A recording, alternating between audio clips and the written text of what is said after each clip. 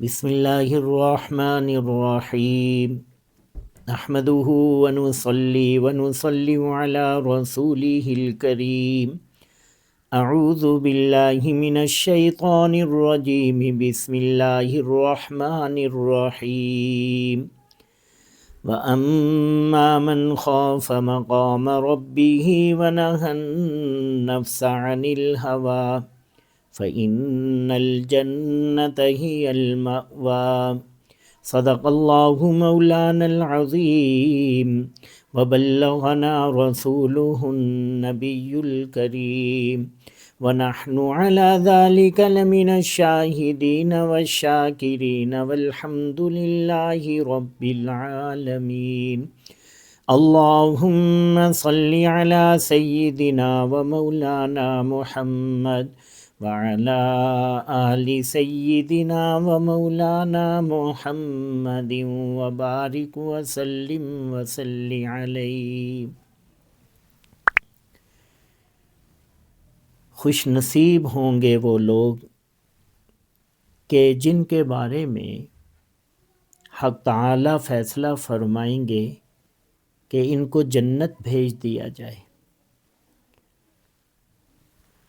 اور کچھ لوگ ایسے ہوں گے کہ جو ابتدا میں جنت نہیں جا سکیں گے، لیکن مومن آدمی جس کا ایمان پر خاتمہ ہوا ہوگا اور جس کا خاتمہ ایمان پر ہوا وہ جنت میں جائے گا، ایک نہ ایک دن ضرور جنت میں جائے گا۔ لیکن ایک ہے تکلیف برداشت کر کے کچھ وقت سزا بھگت کے عذاب سہ کے جنت میں جانا، اور ایک ہے سیدھا جنت میں جانا۔ بھائی اگر خدائے نخواستہ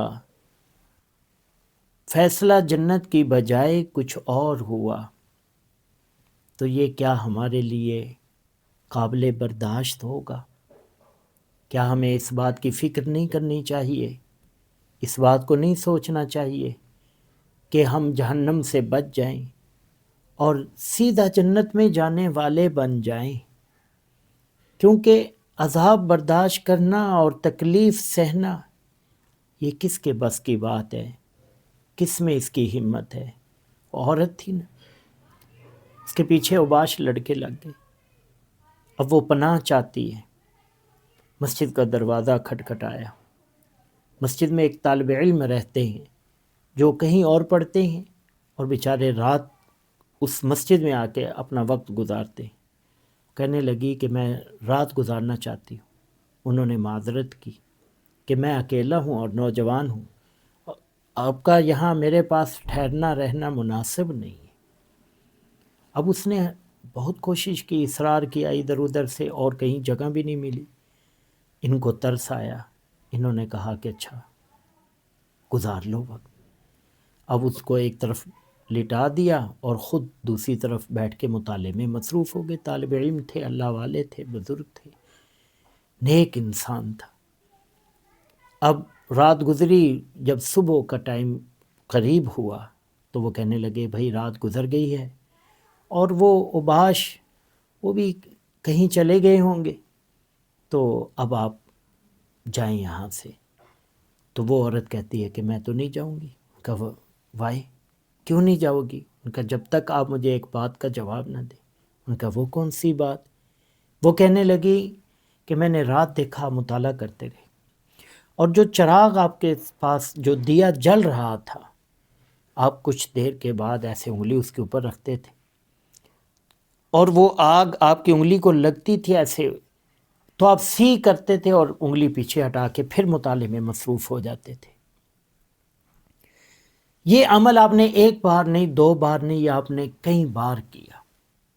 اب سوال یہ پیدا ہوتا ہے کہ انگلی آگے کرتے کیوں تھے؟ اگر انگلی آگے کی ہے، سی کیوں کر رہی؟ مجھے جب تک آپ اس بات کا جواب نہیں دیں گے میں یہاں سے نہیں جاؤں گی۔ اب وہ بیچارے فکر مند کہ لوگ دیکھیں گے، وہ کیا سوچیں گے؟ اب اس کو بھیجنا بھی ضروری ہے۔ پہلے تو وہ کہتے رہے کہ بھائی یہ میرا اور اللہ کا معاملہ ہے، تمہیں اس سے کیا لینا دینا، تم نے رات گزاری، اب یہاں سے ان کا نہیں جاؤں گی جب تک آپ نہیں بتلاؤ گے۔ ان کا اچھا میں آپ کو بتلاتا ہوں۔ فرمانے لگے کہ میرے دل میں برائی کا خیال پیدا ہوتا تھا، اور جب برائی کا خیال پیدا ہوتا تھا تو میں اپنی انگلی اس دیے کے اوپر کرتا تھا، اور جب وہ آگ لگتی تھی اور مجھے درد ہوتا تھا اور تکلیف ناقابل برداشت ہوتی تھی، میں سی کر کے اپنے نفس کو کہتا تھا کہ یہ دنیا کی آگ ہے، اور دنیا کی آگوں میں سے بھی کمزور ترین ہلکی ترین آگ ہے، اور اس پر تمہاری صرف وجود کا ایک حصہ، تمہاری انگلی بھی پوری نہیں، انگلی کا بھی ایک حصہ ہے، اور تم اس کو بھی برداشت نہیں کر پا رہے، تو وہ جہنم کی آگ جو اس دنیا سے 70 گنا زیادہ سخت ہوگی، اس کو کیسے برداشت کرو گے؟ تو یہ کہہ کے میں اپنے مطالعے میں مصروف ہو جاتا۔ تو بھائی یہ ہے اصل بات کہ ہم میں سے کون اس کتاب لا سکتا ہے، کس کے اندر ہمت ہے، کون برداشت کر سکتا ہے کہ اس آگ کو برداشت کرے؟ اب سوال یہ پیدا ہوتا ہے کہ اول لحظہ میں جنت کسے ملے گی؟ یہ بھی احسان ہے حق تعالیٰ کا، اللہ نے بتلا دیا کہ کسے ملے گی۔ ارشاد فرمایا وَأَمَّا مَنْ خَافَ مَقَامَ رَبِّهِ وَنَهَى النَّفْسَ عَنِ الْهَوَىٰ فَإِنَّ الْجَنَّةَ هِيَ الْمَأْوَىٰ، فرمایا جو شخص ڈر گیا اس بات سے، اپنے رب کے سامنے کھڑا ہونے سے جو ڈر گیا، وَأَمَّا مَنْ خَافَ مَقَامَ رَبِّهِ، اپنے رب کے حضور کھڑا ہونے سے ڈرا، اور وَنَهَى النَّفْسَ عَنِ الْهَوَىٰ، اس نے اپنے نفس کو خواہشات سے روکا، فَإِنَّ الْجَنَّةَ هِيَ الْمَأْوَىٰ، فرمایا اس کا ٹھکانہ جنت ہے، فَإِنَّ الْجَنَّةَ هِيَ الْمَأْوَىٰ۔